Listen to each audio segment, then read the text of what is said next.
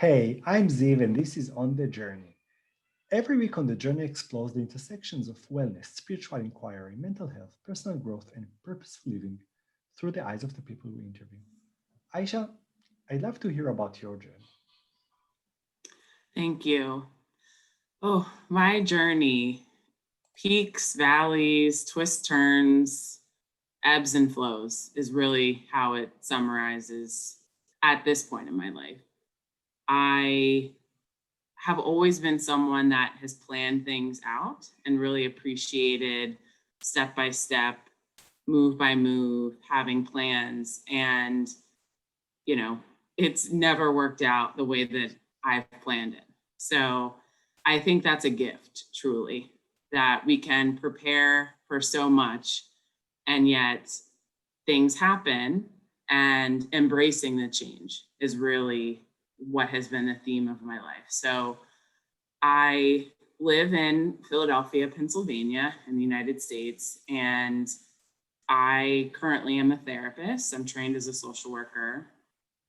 And how I got there was, again, twists, turns, peaks, and valleys. I didn't think that I was going to end up in this career field. I first started out studying medicine in undergraduate. I was planning on becoming a doctor. And towards the end of my college education, actually the last semester of my senior year, I was learning a lot of things about how medicine worked in the practical aspect. And from my philosophy professor and my mentors, and even family members that were studying to become physicians, I learned that the healthcare field was changing. And this was back in 2007, where insurance companies were making their mark to dictate care. And I really was troubled by that. And I said, well, I want to do something more. I want to work in preventative health and preventative medicine. And so I took some time away to, completely step away from pursuing my medical studies and learned about public health, then traveled along that road a little bit. And then I discovered social work and understood that I could still work within the healthcare field and help people in a way that, got me out of bed in the morning, but then also was on the front end of like the preventative side of things. And I started that journey thinking that, okay, I have a new foundation. I have a place where I'm going to start. And the twists and turns did not stop there. I realized that once I entered into the healthcare field as a master's level professional, that there were a lot of things that we were telling our patients that we weren't doing ourselves. We were telling them, go to your appointments, take care of yourself, take your medication as prescribed, rest and relax. And yet we were not doing the same things as their guides. And so I saw a lot of hypocrisy in that. And I said, why are we not doing this for ourselves?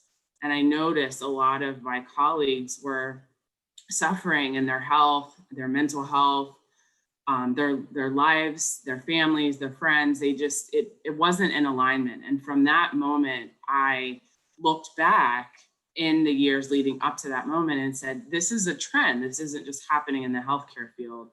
And so I decided that I did not want to actively participate in that lifestyle. I wanted to create a sense of normalcy around taking care of ourselves and truly doing that from top to bottom. And so these past several years have been me trying to cultivate that for myself. And I've done that.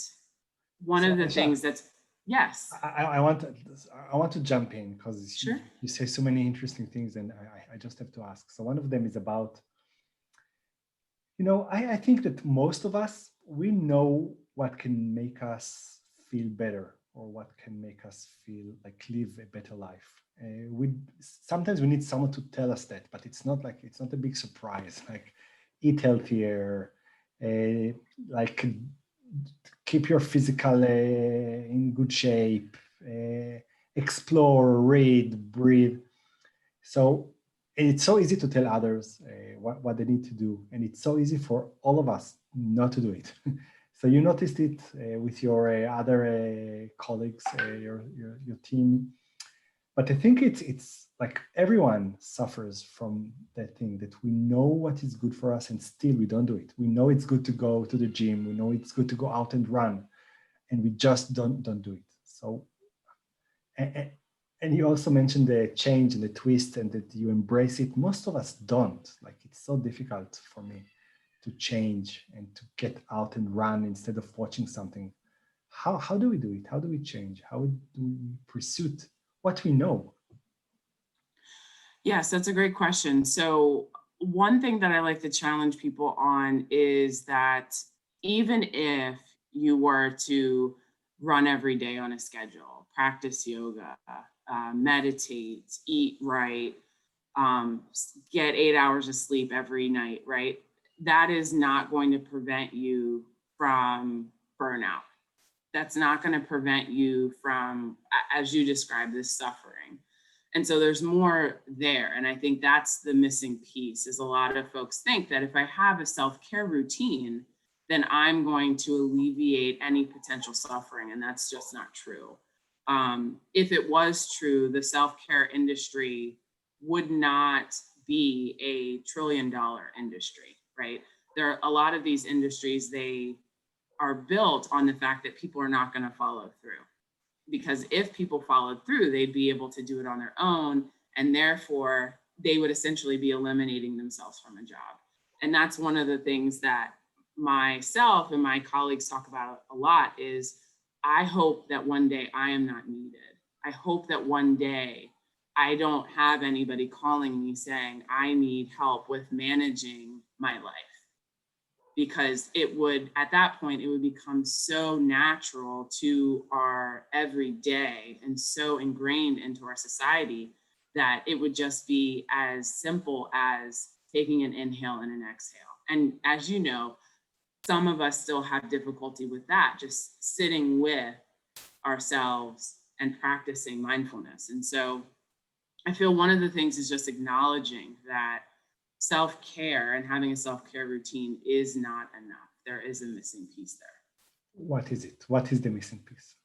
Yeah, so one of the things that I talk about a lot with my students and my coaching clients is the missing piece is really figuring out what's going to sustain you in this lifestyle. So one of the things that I feel like sustains a healthier way of living is boundaries. And not thinking about boundaries as something that keeps people out, but keeping in mind that boundaries keep us safe. And so one example that I like to give folks, especially for those that I work with around workplace stress, is the boundary of having access to your work life when work is over.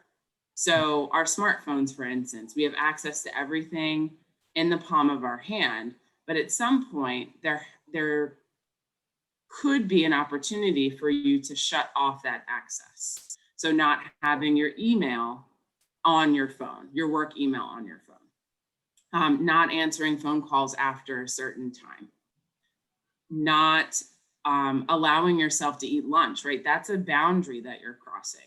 And so if we look at where in our life are missing boundaries, how can we introduce the boundaries and think about it as, I'm not trying to keep people out. I'm not trying to be a stickler, but I'm really trying to keep me safe. I want to keep myself nourished. That's why I eat lunch every day. I want to keep myself stress-free. That's why I don't have my work email on my phone or answer work phone calls after a certain hour. So I'd say boundaries is one of those things. So when you say, it's really interesting, the choice of the word boundaries. And in a way, it reminds me like, okay, so we want to shape ourselves, right? Like we can be all over the place on the phone, at work, with thoughts, with really bad life habits. And each one of us decides what is good for us. And then we start shaping the human beings that we want to be. And when you shape, like you cut things off or you add things, and calling it boundaries, it's really interesting. The question is if to create these boundaries, if the basis of it is not rituals and habits and routines, because if I want to take my phone aside, I need to create something that will allow me to put it aside at a certain hour, or to take it off, or to create this routine where I don't eat at a certain hour, or the things that I eat and don't eat. So these boundaries, what are they made of? What are their building blocks? Yes, that's an excellent question. So the boundaries are, their foundation is in kindness.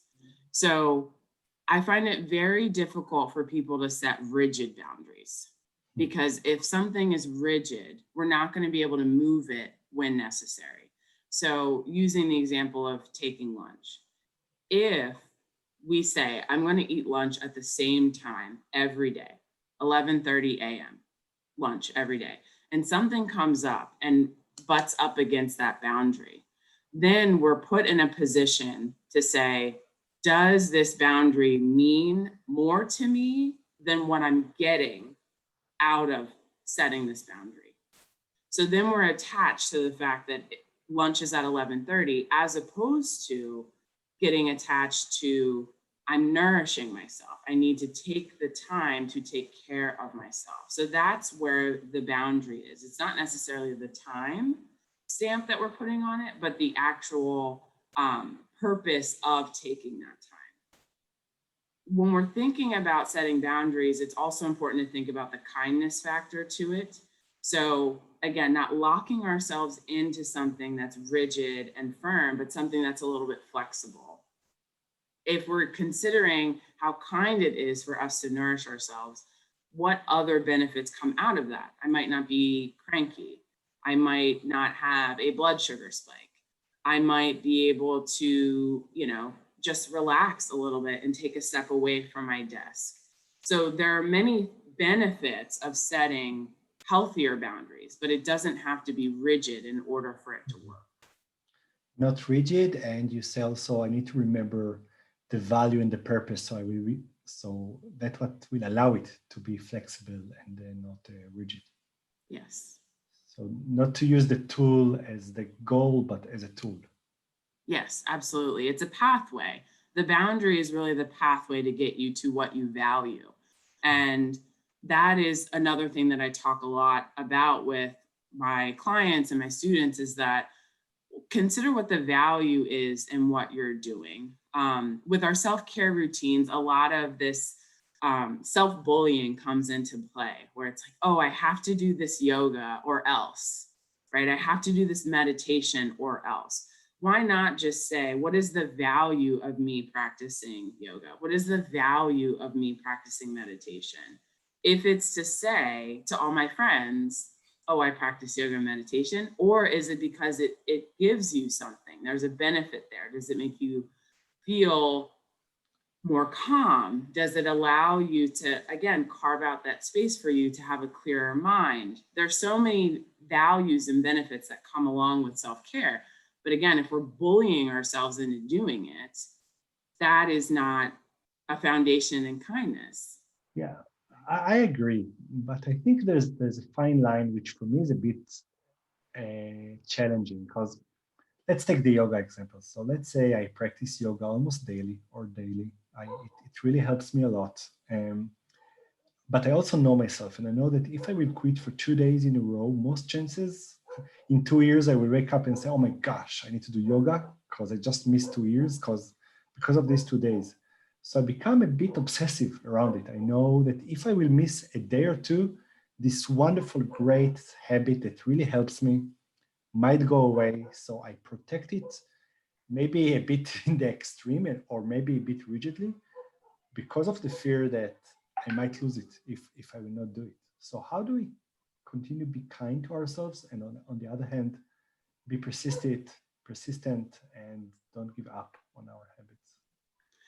Yes. So I am a trained yoga teacher, and I practice meditation as well. And one of the principles of yoga and meditation is practicing impermanence and non-attachment. And so if we allow ourselves to say, what is the value of this practice? we can separate ourselves from the act, and we can say the value of me practicing yoga in this example is that I'm more in tune with myself. If we practice being very clingy and attached to the idea of what we're getting out of it, we're pulling ourselves away from ourselves. We're putting it more on the practice itself. And so when we are forcing ourselves into doing something in a very regimented and rigid way, we're truly not practicing the practice. We're just putting this obligation and cloaking it into, oh, I'm practicing yoga, because that's what it is. And a lot of my teachers and the readings that I do about yoga and meditation is that it's more than just moving your body on a mat. It truly is a lifestyle. And the same thing with meditation. Meditation is more than just sitting on a cushion and sitting quietly and training your awareness, right? There are so many ways that you can invite yoga into your life. And one of the principles of yoga, the yamas and the niyamas, that talks about non-harming, ahimsa. And so if we are practicing yoga, we could invite ourselves to say, how am I practicing non-harming in what I'm doing? Is it more harmful for me to be very rigid and stiff with myself? Probably. Is it less harmful for me to say, okay, maybe instead of doing 20 minutes of yoga, I'm going to move about on my mat for 3 minutes? Or instead of rolling out my mat, I'm going to practice non-harming by making sure that I feed myself a nourishing meal, or I say thank you to the person at the grocery store, right?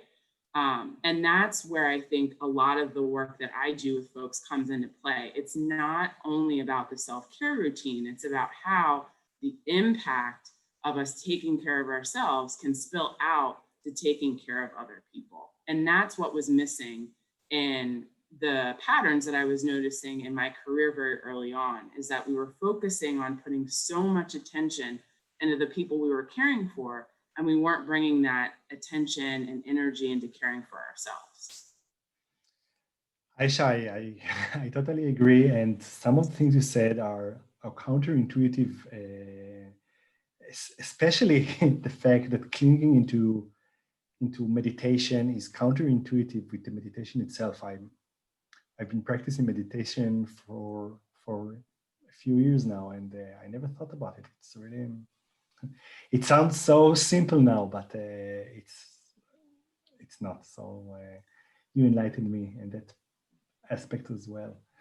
Thank you very, very, very much for your interview, your time, your experience, your wonderful, calm and warm energy. Thank you, Aisha. Thank you so much.